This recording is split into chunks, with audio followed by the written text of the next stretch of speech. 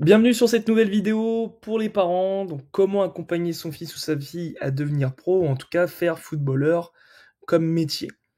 L'objectif de cette vidéo, il est très simple, c'est de comprendre son rôle en tant que parent dans cette aventure du haut niveau, de la quête de l'élite, euh, être un accompagnateur pour son enfant, pour son fils, sa fille, son adolescent, ou même son jeune adulte, ou c'est aussi savoir dans quelle aventure vous vous embarquez.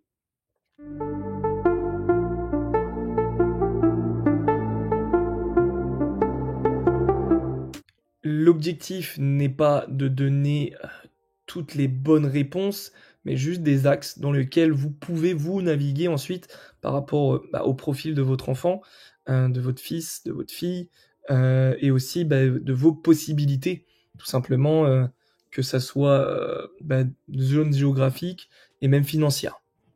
Donc de pouvoir un petit peu avoir tous les éléments de réponse, et si jamais il n'y a pas toutes les questions, toutes les réponses dans cette vidéo, je vous invite à faire de l'espace commentaire une foire à questions à laquelle je répondrai à chacune des questions, même si vous arrivez bien longtemps après la sortie de cette vidéo le 11 février 2024, posez votre question, et avant de la poser, n'hésitez pas à regarder la vidéo ou dans l'espace commentaire pour voir s'il y a votre question et la réponse correspondante. Voilà pour le début de cette vidéo, et nous allons démarrer maintenant avec le point numéro 1. Donc le but de cette vidéo, je l'ai déjà dit, je suis plus rapide que ce que j'ai prévu.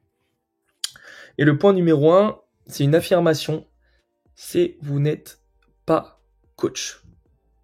Et ça, j'aimerais vraiment que vous le compreniez, surtout avec tous les articles, tous les faits qui sortent en ce moment sur les parents de footballeurs et tout. C'est ultra important de le comprendre.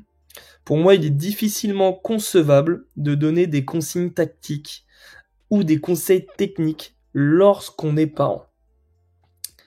Et même si vous me dites « je connais mieux mon fils que le coach ou que vous », voilà, parce que ça peut arriver dans l'accompagnement milieu élite pro, même si c'est jamais arrivé, mais des personnes qui sont pas forcément dans l'accompagnement et qui m'ont fait cette réflexion, il y en a eu. Eh bien, soit, allez-y, foncez. Si vous savez mieux que les personnes qui côtoient des acteurs du haut niveau ou qui ont déjà accompagné des joueurs à atteindre leur meilleur niveau possible et parfois à vivre justement du métier de footballeur, ok, pas de problème, foncez, allez-y, d'accord? Je ne vais pas vous dire que c'est néfaste pour votre fils ou votre fille, je vous souhaite juste de réussir maintenant. Pour les parents qui ne sont pas dans cet état d'esprit-là, je vous invite à poursuivre la vidéo et à comprendre ceci. Vous avez juste à demander à l'entraîneur ou à quelqu'un de qualifié, de spécialisé pour aider votre fils. Et encore, vous allez voir par la suite de cette vidéo que ce n'est pas forcément à vous de formuler la demande. Encore une fois, pour ceux qui me diraient que les coachs spécialisés, qualifiés, les spécialistes, prépa mentale et tout ça, ils sont juste là pour prendre votre argent. Malheureusement, encore une fois, c'est un petit peu comme la première objection, c'est que si vous pensez que comme ça, votre enfant ne sera jamais accompagné. Alors oui, il y a la confiance, et je vous invite à échanger avec ces spécialistes pour voir s'ils le sont vraiment, ça c'est sûr. Faut pas se lancer avec n'importe qui, mais ne soyez pas pessimiste ou ne voyez pas tout en noir, parce que, et vous allez le comprendre, hein, il faut, à un moment donné, pour atteindre le haut niveau, personne ne l'a fait tout seul. Personne. Il y a des coachs, quand on voit les interviews de Thierry Henry, l'un de ses coachs, il lui donne des consignes techniques pour pouvoir développer d'autres compétences, d'autres, des agents qui ont offert des opportunités à des joueurs. Bref, personne ne s'est fait tout seul. Kylian Mbappé, il a eu un papa qui s'est mis dans le rôle d'accompagnateur et qui s'est entouré de personnes compétentes pour accompagner son fils à atteindre le meilleur potentiel. Et il l'a pas encore atteint totalement, bien qu'il est très très très très très fort, évidemment. D'accord? Donc, les personnes ne sont pas forcément là, même s'il y a toujours des personnes malveillantes, mais ils ne sont pas là pour votre argent. D'accord? Je refuse même, dans l'accompagnement milieu élite pro, spécialisé pour les milieux de terrain, des parents, des joueurs qui sont prêts à me donner tout l'argent du monde pour que je leur aide à atteindre le haut niveau. Sauf que ces joueurs-là sont dans un état d'esprit où, en fait, c'est comme si c'est moi qui allais aller sur le terrain à leur place. Vous pouvez me donner tout l'argent du monde. Si la personne en face de moi ne répond pas aux exigences, ne prend pas en compte mes conseils et ne teste pas les propositions que je fais dans l'accompagnement, on peut me payer 10 000 euros, 100 000 euros, même 1 million, ben, j'arriverai à rien. D'accord ? Donc réfléchissez à tout ça. Et vous n'êtes pas coach, je le répète, même si vous êtes coach dans un autre club, dans une autre catégorie, sauf si vous êtes le coach de l'équipe, évidemment, mais même ça, vous êtes parent, la difficulté reste la même. La condition reste la même. Et même si vous avez été un ancien joueur professionnel, l'histoire, le caractère de votre enfant, son style de jeu et l'aventure ne seront pas les mêmes. Merci pour ce premier point. Ensuite, vous devez jouer un rôle, oui, mais d'accompagnateur. Parce que vous vous dites sûrement, ok Axel, mais on fait quoi alors pour accompagner son fils si on n'est pas coach ? Ben oui, comment se fait si je peux pas donner de conseils techniques, tactiques ? C'est simple, vous accompagnez, vous encouragez. Votre fils, fille doit essayer, rater, réussir. Les 3 verbes importants du footballeur, que ça soit sur ou en dehors du terrain. Vous ne pouvez que l'inviter à faire ces 3 actions. Essayer, rater, réussir. D'accord ? Vous intervenez à la place du coach uniquement si celui-ci n'assure pas la sécurité physique et psychologique de votre enfant.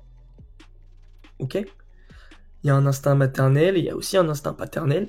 Si vous sentez votre enfant dans un environnement néfaste pour son mental ou dans l'insécurité physique, évidemment, là, c'est votre zone d'intervention. Si le club, si le coach n'offre pas cette sécurité-là, évidemment, faut intervenir. Faut pas laisser faire. Surtout pas. D'accord ? Mais ça, c'est de votre zone. Il y a pour moi une très très grosse erreur de fait par les coachs, mais surtout par les parents. Ce sont eux qui s'investissent le plus dans l'objectif de leur fils-fille que leur fils-fille lui-même. Donc ça, retenez-le bien, jouez le rôle d'accompagnateur et on va voir dans le point numéro 3 maintenant qui est la base même de l'accompagnement milieu élite pro, c'est de responsabiliser son fils, sa fille dans son projet.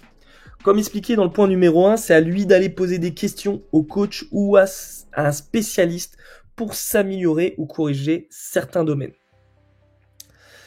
Je vous pose la question, qui veut devenir pro ? Papa ? Maman ? Je ne pense pas. Je pense que c'est le joueur. Vous entrez en jeu quand elle vous demande de l'aide et pour faire quelques piqûres de rappel de son objectif et donner des encouragements / de la motivation. Parce que ça reste, pour certains, moi par exemple qui accompagne des 14-23 ans, ça peut arriver une fois de temps en temps de « Hey, t'inquiète pas, n'oublie pas c'est quoi ton objectif, c'est pas parce qu'il y a ce moment de doute, ce moment de questionnement qu'il faut dévier. C'est normal, ça arrive. Voilà, vous êtes là pour accompagner, pour encourager, d'accord ? Mais il faut aussi que ça vienne de lui, ok ? Et c'est à vous aussi de vous responsabiliser à ne pas décider pour son projet à sa place. Le sens de communication dans ce cas de projet football, il est ultra simple. C'est lui qui vient vers vous pour son projet et non l'inverse. Et c'est pareil en coaching avec un coach.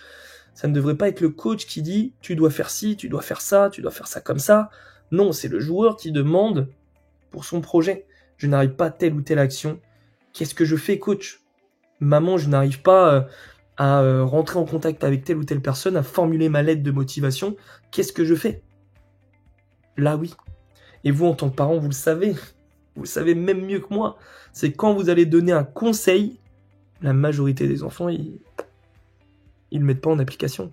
Alors que quand c'est eux qui viennent vers nous poser la question, bah alors là, ils le mettent direct en place parce que ça vient d'eux. Ok ? Et vous pouvez jouer sur des questions sur ok, bah, comment ça s'est passé le match ? Est-ce que tu as tout réussi ? Ah non, j'ai pas tout réussi. Bah ok, Alors là, c'est plus moi dans mon coaching, encore une fois, mais ça peut être, est-ce que tu as eu des réponses? Comment les gens se comportaient avec toi? Bah écoute, maman ou papa, j'ai du mal à communiquer avec mon coach, qu'est-ce que je peux faire? Hop, vous êtes adulte, vous savez un petit peu comment communiquer, bah voilà, vous lui donnez des solutions. Et si vous n'avez pas les solutions, vous avez juste à chercher. C'est pas grave de ne pas avoir la réponse tout de suite. Même moi, des fois, ça peut arriver. Je n'ai pas la réponse tout de suite. Je dis, ok, bah écoute, je vais contacter telle ou telle personne. Je vais chercher dans mes documentations si j'ai la réponse et je reviens vers toi. Voilà. Le tout, c'est de donner à un moment donné une réponse. Surtout quand ça vient d'eux. Ultra important. Mais attention sur ce point. Cela ne veut pas dire qu'il va réussir à tout faire tout seul et réussir tout seul. Comme je l'ai dit, il faut être accompagné. Pour les parents qui se disent que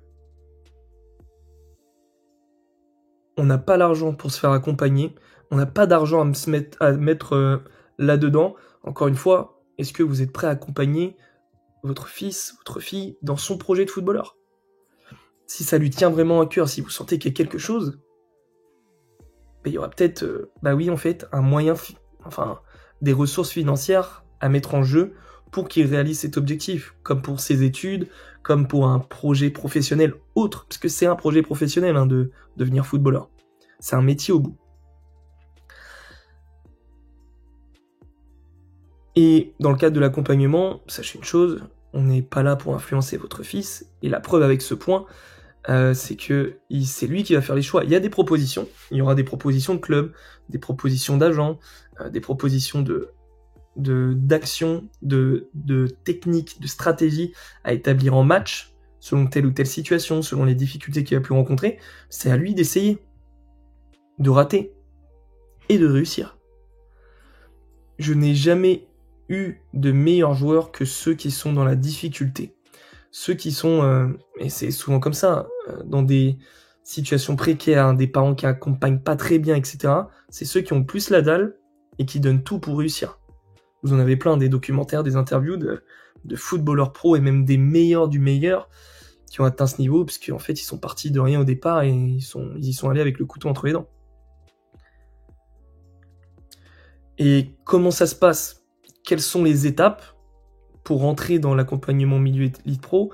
Il faut un minimum de niveau prérequis.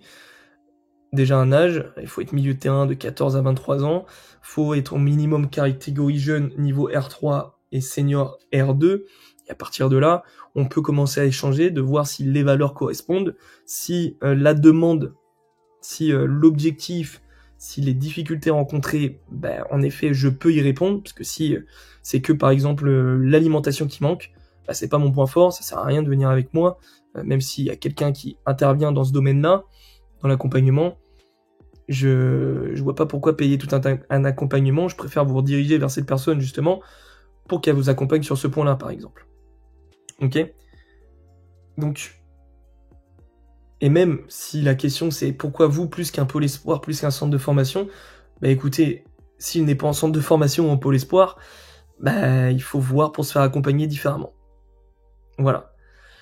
Je dirais même que centre de formation, on est noyé dans une masse, pôle espoir, on est noyé dans une masse aussi, mine de rien, et que là, je vous propose tout simplement, et c'est ça l'accompagnement milieu Elite Pro, c'est personnalisé, il y a très peu de joueurs qui y rentrent, très clairement, je dois faire rentrer une fois tous les mois, ou tous les 2 mois, voire 3 mois, ça dure 6 mois, 1 an, selon le profil du joueur et la volonté du joueur aussi, et de ses objectifs, et c'est un coach, un joueur, analyse vidéo de son match, et on ne parle que de lui, on parle pas des autres, dans un vestiaire rempli de 14 joueurs, ou un entraînement avec 30 joueurs.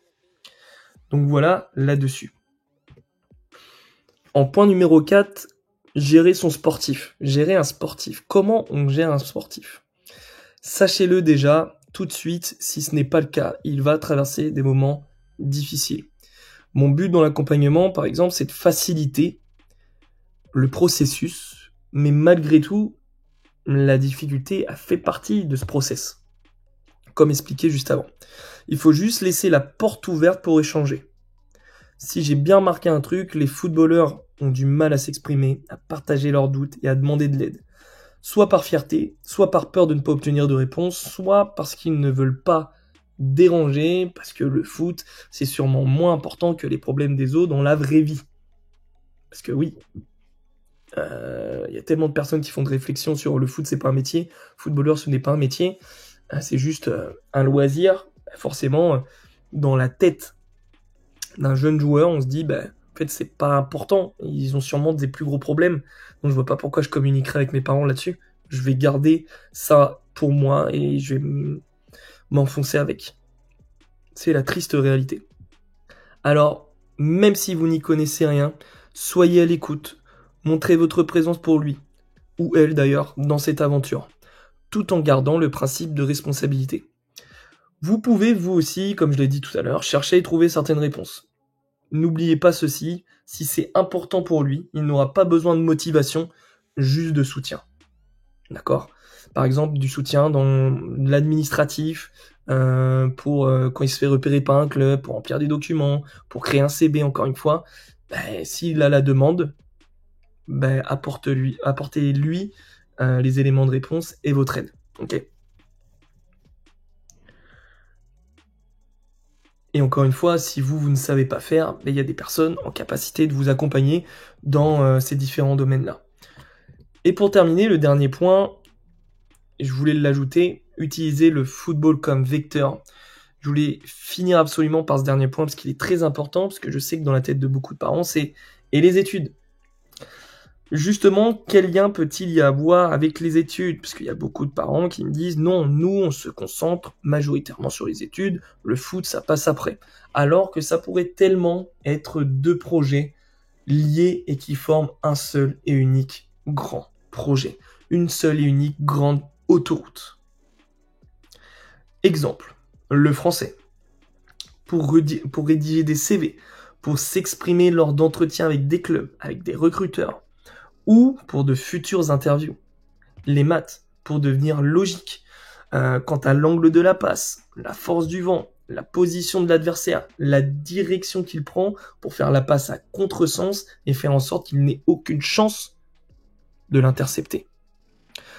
Je suis persuadé qu'en trouvant un lien avec notre passion, nous pouvons nous améliorer dans beaucoup de domaines.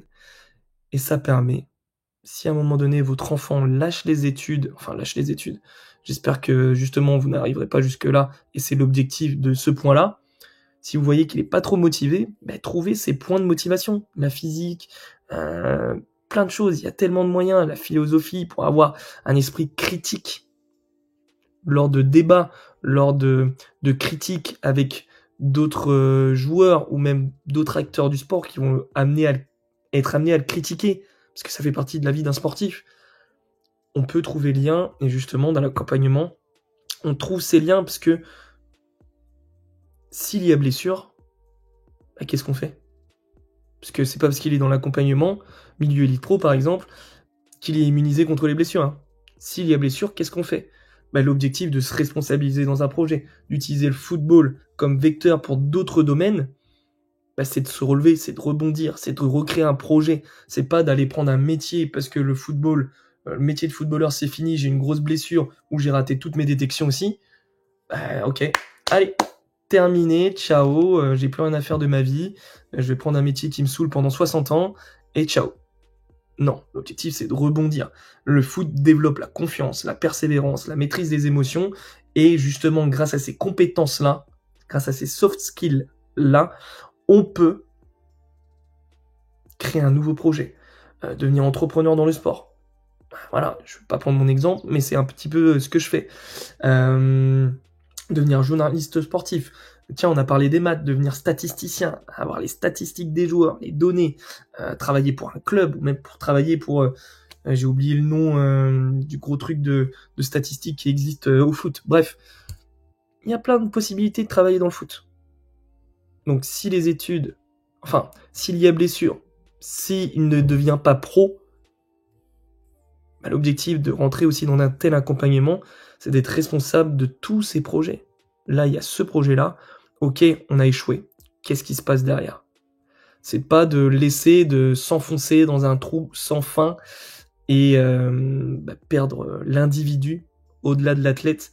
L'individu, moi, m'importe plus que l'athlète. Évidemment, je suis dans un accompagnement de sport pour atteindre le football de haut niveau avec ces joueurs-là. Mais encore une fois, s'il n'y a plus cet objectif-là, pour plein de raisons, qu'est-ce qu'on fait? Et encore une fois, oui, il y a le risque de blessure, mais ils peuvent aller au travail, se casser le poignet, et son métier d'architecte, il sera beaucoup plus difficile. Ou de peintre, ou pour n'importe quel métier, même en usine. Les risques en usine, de tomber, de ce genre de choses. Oui, on est un sport de contact. Oui, c'est un risque. Le risque est sûrement plus grand que dans d'autres métiers, je le conçois. Mais le résultat à la fin est beaucoup plus grand que dans beaucoup de métiers. Désolé de dire ça pour ceux qui font la guerre avec les salaires des footballeurs, mais il y a cette opportunité-là de bien gagner sa vie, de très très bien gagner sa vie, et même de bien la gagner en étant à un niveau juste national 2 ou national. Sachez-le. Mais pour ça, il faut avoir les connaissances, il faut être en contact avec les personnes qui connaissent toutes ces opportunités. Pour terminer, j'ai une toute petite foire aux questions pour ceux qui n'auraient pas eu, encore une fois, des éléments de réponse. Tout simplement, l'objection, parce que c'est vrai que je suis en contact avec des parents pour leur faire rentrer leur fils dans l'accompagnement milieu élite pro, puisqu'ils sont milieu de terrain, ils correspondent au profil qui peut rentrer dans cet accompagnement. C'est trop cher. Évidemment, il y a un tarif, il y a des ressources financières à avoir. Parce qu'en fait, je mets en avant toute mon expertise depuis 2016 et même, je dirais, depuis 2011 que j'ai commencé à encadrer des joueurs, mais surtout depuis 2016 pour atteindre le meilleur niveau possible. Et depuis 3 ans, clairement, essentiellement l'élite au niveau du foot et de faire en fait un métier. Et je mets aussi en lien, en relation, tous mes contacts, que ce soit les agents, que ce soit les clubs avec qui je suis en contact. On met des stratégies en place sur les réseaux sociaux pour se mettre en avant. Il y a tellement de choses que, oui, il y a un tarif en conséquence. Et pour ceux qui veulent en savoir plus, vous me mettez go en commentaire et on discutera justement de l'offre milieu élite pro. Mais par contre, pour les parents pour qui les ressources financières sont vraiment très difficiles, il y a possibilité de se faire aider par les clubs, il y a possibilité, comme pour acheter d'autres choses dans la vie de tous les jours, demander un prêt à la banque, parce que c'est un projet professionnel, encore une fois, donc il y a plein de possibilités. Et même moi, je crée des possibilités pour les personnes qui n'ont même pas qui n'ont pas beaucoup de moyens, ça peut arriver, de pouvoir accéder, par exemple, juste, là en ce moment, je crée une offre de milieu game changer où il n'y a pas autant d'accompagnement que je peux faire de manière hebdomadaire dans le milieu Elite Pro, mais au moins de donner accès aux outils pour pouvoir se mettre en avant, de créer un bon CV, de créer des bonnes séances d'entraînement, de pouvoir améliorer son intelligence de jeu, d'améliorer sa technique, etc., etc., et son relationnel avec les acteurs du sport de haut niveau. Donc il y a des possibilités, mais maintenant c'est un investissement, c'est un projet pro. Donc qu'est-ce que vous faites, et même en tant que footballeur, qu'est-ce que toi tu mets en place pour obtenir l'argent, pour se faire accompagner par des personnes compétentes? Travailler, même si on est plus jeune, montrer à ses parents qu'on est motivé de travailler à la maison, d'avoir un peu d'argent de poche, même si ça ne permettra peut-être pas de payer la totalité, au moins on prouve quelque chose, une motivation pour ce projet et montrer à papa et maman que je suis prêt à le faire, à payer une partie. Même si c'est leur argent au départ, tu l'as gagné en faisant les actions pour ce projet déjà pour commencer. L'accompagnement, est-ce que c'est à distance? Oui. Est-ce que vous êtes sûr que ça va marcher? Oui aussi. Parce que en fait, le présentiel, si je ne ferai que du présentiel, ça veut dire que je fais une séance de coaching, je prépare la prochaine, mais entre deux, on n'a pas de communication. Il n'y a pas un réel accompagnement, parce qu'on paye la séance de coaching et c'est terminé. Et payer une présence 24/24, ça veut dire que vous louez une chambre pour moi ou dans votre étage, j'ai une chambre avec vous. Voilà, tout simplement. Le distanciel me permet d'être beaucoup plus présent via Telegram, via les visios, on analyse des matchs et le Telegram, on me pose une question et je réponds dans les 24 heures. Voilà, j'ai connu ça avec mon coach, j'ai une altercation, je le vois demain, qu'est-ce que je fais? Comment je réagis à ça? Tac au tac. Alors que présentiel, faudrait m'envoyer un courrier peut-être. Enfin voilà. Je pense que le distanciel pour atteindre le haut niveau et pour être vraiment bien accompagné au quotidien. C'est ce qu'il y a de mieux, très clairement. Donc voilà au niveau des questions que je peux recevoir, la petite foire aux questions. Et encore une fois, si vous en avez, mettez tout ça dans l'espace commentaire. Et écoutez, on se retrouve très très vite sur la chaîne. Et moi, je vous souhaite une bonne semaine. Et écoutez, n'hésitez pas si besoin. Il y a mes réseaux sociaux plutôt, dans l'espace commentaire si vous voulez rentrer directement en contact avec moi. Allez, ciao.